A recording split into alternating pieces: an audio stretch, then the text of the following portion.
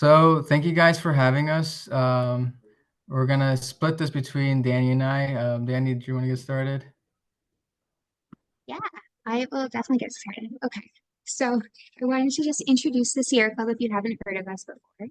We are the most enduring and influential grassroots environmental organizations in the US. We amplify the power of millions of members and supporters to defend everyone's right to a healthy world. Our mission statement is to explore, enjoy, and protect the wild places of the earth, to practice and promote the responsible use of Earth's ecosystems and resources, and to educate and enlist humanity to protect and restore the quality of the natural and human environment, and to use all the lawful means to carry out these objectives. We are the Maryland chapter of the Sierra Club, so most of our work is actually all of our work is local. And we're excited to be here with you guys because both the Sierra Club and MA are deeply committed to preserving Maryland's unique ecosystems, with environmental challenges growing, as I'm sure you see every day. We see this as an opportunity to maybe team together and work together for a difference in our community. And we wanted to talk about our legislative priorities of 2024. We have three that we are focusing on this General Assembly.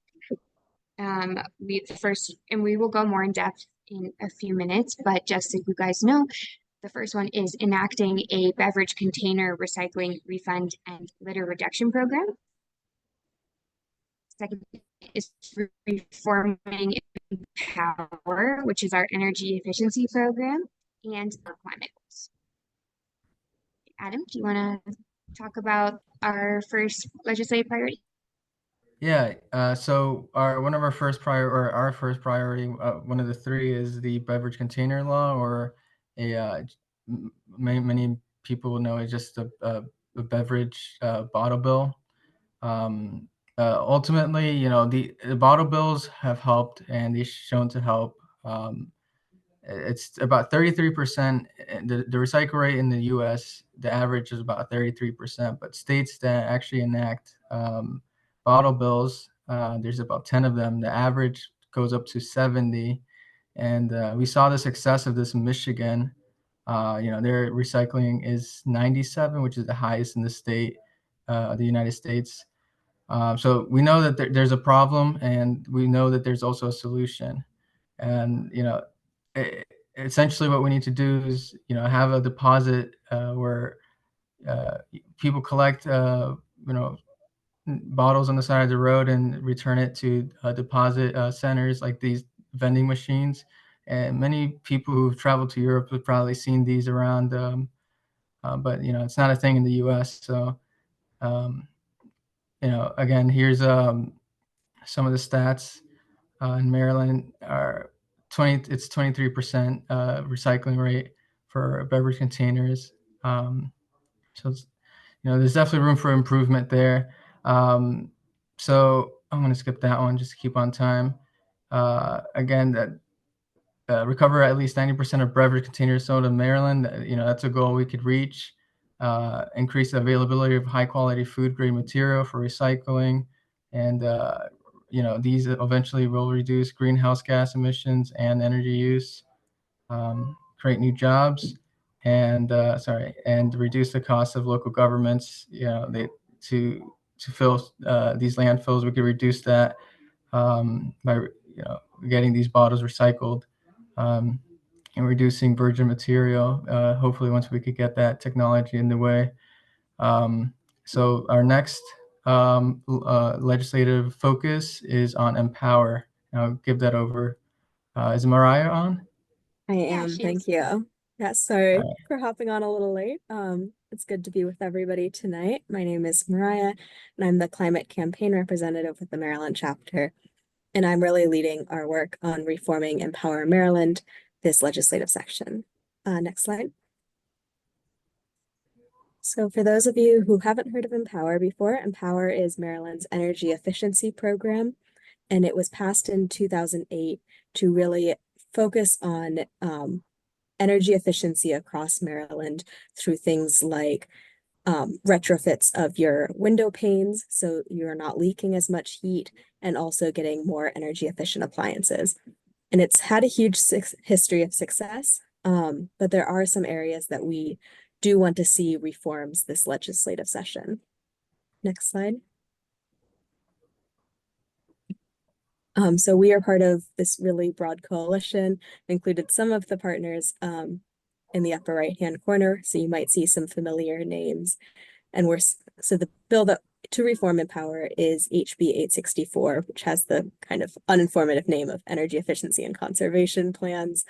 But the bill itself is relatively straightforward. Next slide. So our priorities for Empower reform, there is a long list here, but at the base of it, it's relatively simple. Again, it's focusing on moving the Empower target, the goals for Empower, away from just energy efficiency to really looking at climate pollution and through greenhouse gas reductions. And some of the things that means that the program can do is it'll enable fuel switching from gas to electric appliances. So right now, if you are trying to go through the Empower program and you have a gas furnace, you won't be able to switch to a more efficient heat pump because that would be switching you from gas to electric. So this is simply aligning it more with Maryland's climate goals to reduce greenhouse gas emissions and climate pollutions. It also includes provisions to protect low-income households for renters who receive these upgrades. It includes some rent increased protections, as well as really just aligning this with a lot of the federal funding that we've seen coming down the pipeline with the Inflation Reduction Act and other grants. And overall, just reducing costs to ratepayers while really, again, aligning it with Maryland's climate goals and helping Marylanders live in healthier homes. Next slide. And yeah, this is just a little bit of an overview of some of those climate goals. For those of you who aren't as familiar, Maryland has really ambitious goals to reduce statewide emissions 60% from 2006 levels by 2031 and reach net zero in 2045. And so our next bill will also work to advance these goals that are some of the most ambitious in the country. And Adam, am I turning it back to you? Yeah, I'll take over here. So this is our final legislative focus for 2024. So with the transportation bill, it has a long name, but we'll just keep it to the transportation bill. In Maryland, it's our #1 source of climate pollution is transportation. And our goal ultimately with this bill, the reason we're supporting it is because it's reducing emissions from cars already on the road. There's not a lot of money going into the transportation. Into transportation, so there's not much money or leeway to do a lot of these goals to fight climate change. So with the Maryland, the DOT's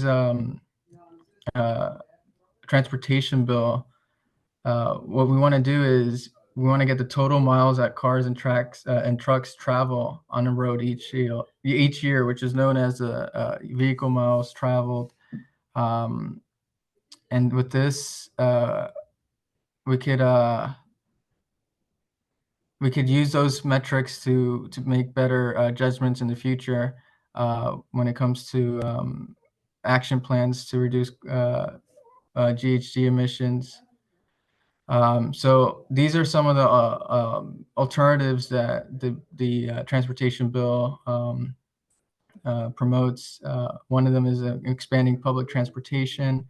Another is increasing bike lanes and having protected lanes.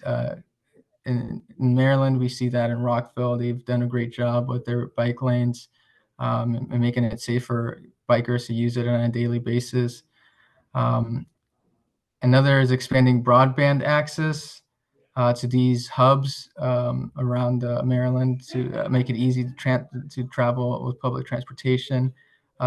And obviously, it's going to create more local jobs and make it easier for us to get around the DMV area. So facts for she's on bill. These are just some extra pictures. So I'll give the rest of the slides over to Danny, and it's just about ways to get involved in the Sierra Club. Yeah, thank you so much. Also, sorry in advance, I'm at a coffee shop and it got very loud. So some of our events that you guys can attend if you would like to show your support on these initiatives is we have actually a rally for our Empower movement our Empower rally in Annapolis on Wednesday, March 13th. It starts from 11:30 and goes until 12:30. We'll be writing postcards and we'll be hearing from our legislators, and we're basically just trying to show our support that we need Empower passed now. And then coming up in the pipeline, we have NO2 testing for houses to check your gas appliances to see how much NO2 is being leaked. So if that sounds interesting to you, I will send the details in a follow-up email. And then we're always looking for volunteers for random things like phone banking, text banking, or if you want to get more involved, there's also actually joining our groups. You can attend meetings and see if that's something you would like to get involved in. And then also, if you want to just take action on your own without the Sierra Club, you can also call your legislators or email them about these issues and these bills if they matter to you. Right now, they're in session, so hearing your voice is a really, really great way to contribute. And hopefully we can find ways to collaborate with MAW in the future. Maybe we can do natural places outings or other events together. I look forward to getting to know you guys a little bit more. So I'll send all this information to Annie, and if you guys are interested, you can get it. Okay, thank you. You know, we could take a minute to just talk about some of these ideas. We do have enough time, I think, if people have comments about, I think these are cool ideas, like collaborative fungi surveys, joint educational programs, policy development. So if you want to open it up. Yeah, sure. Does anyone have any questions or anything that they're interested in?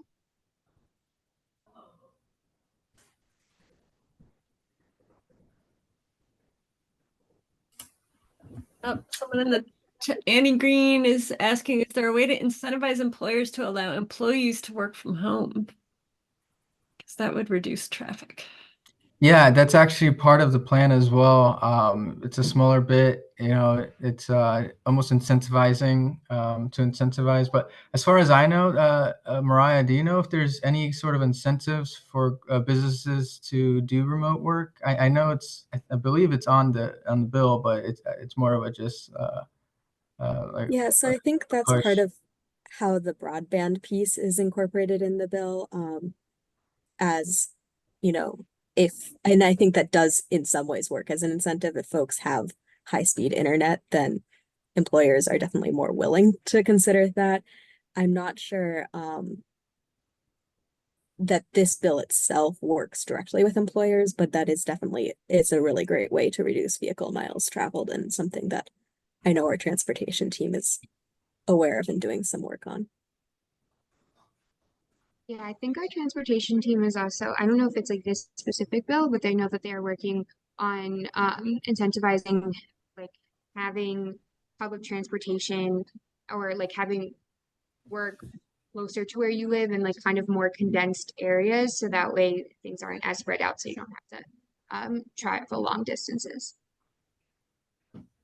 And Gordon is suggesting, so we have an annual event called a Mushroom Fair that we hold at Brookside Gardens every year in their visitor center. And Gordon's saying maybe y'all could come out and have a table there too, and sort of reach that whole community. So we can be in touch about that.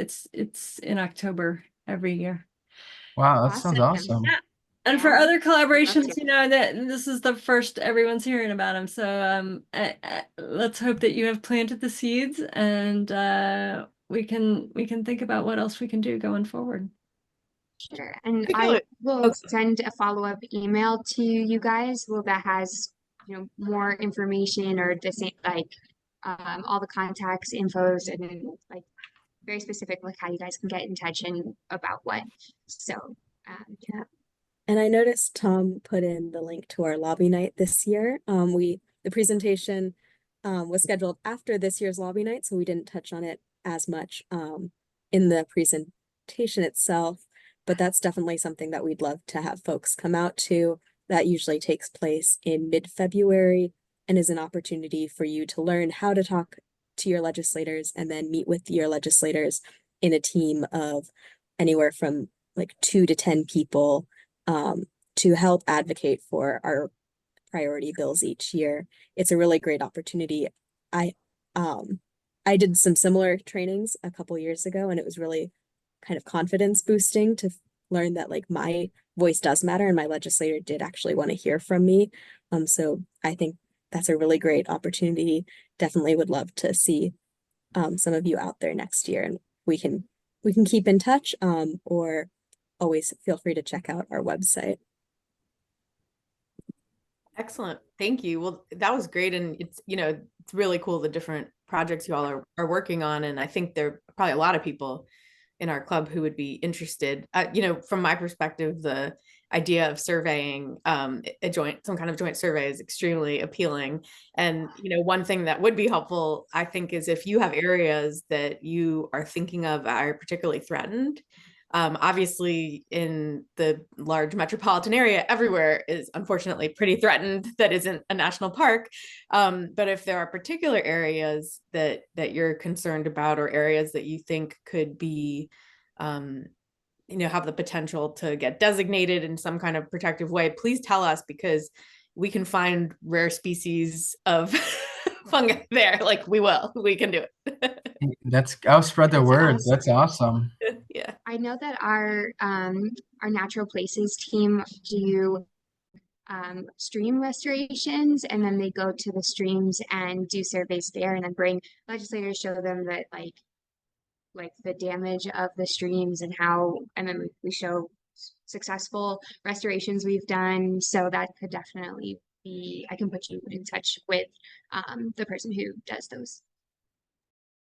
Another big part of Sierra Club's mission is really enjoying the outdoors too, both protecting and enjoying.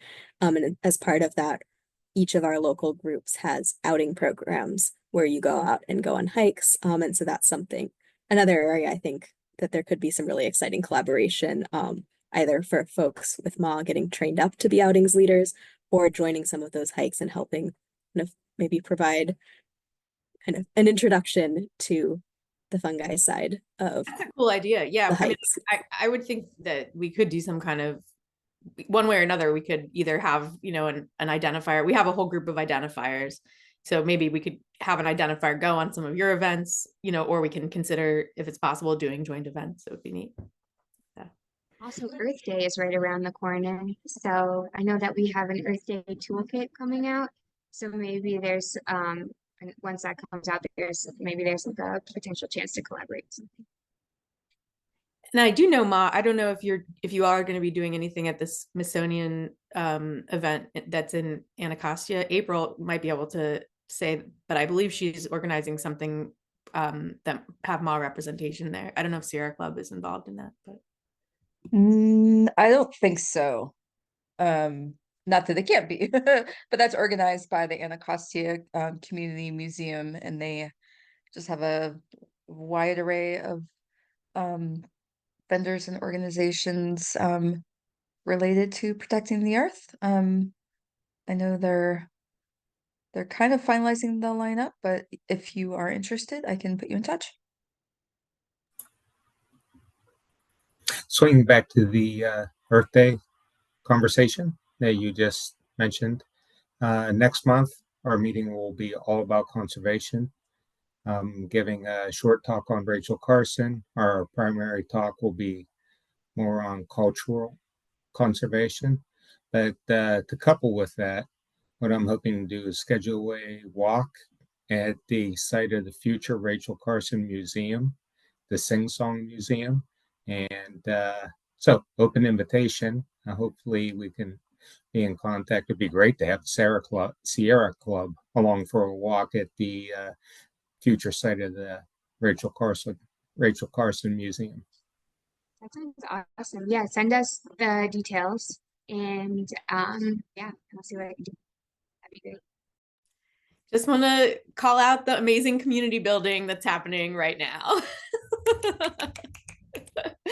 Okay, well, thank you all so much, folks from the Sierra Club, for being here.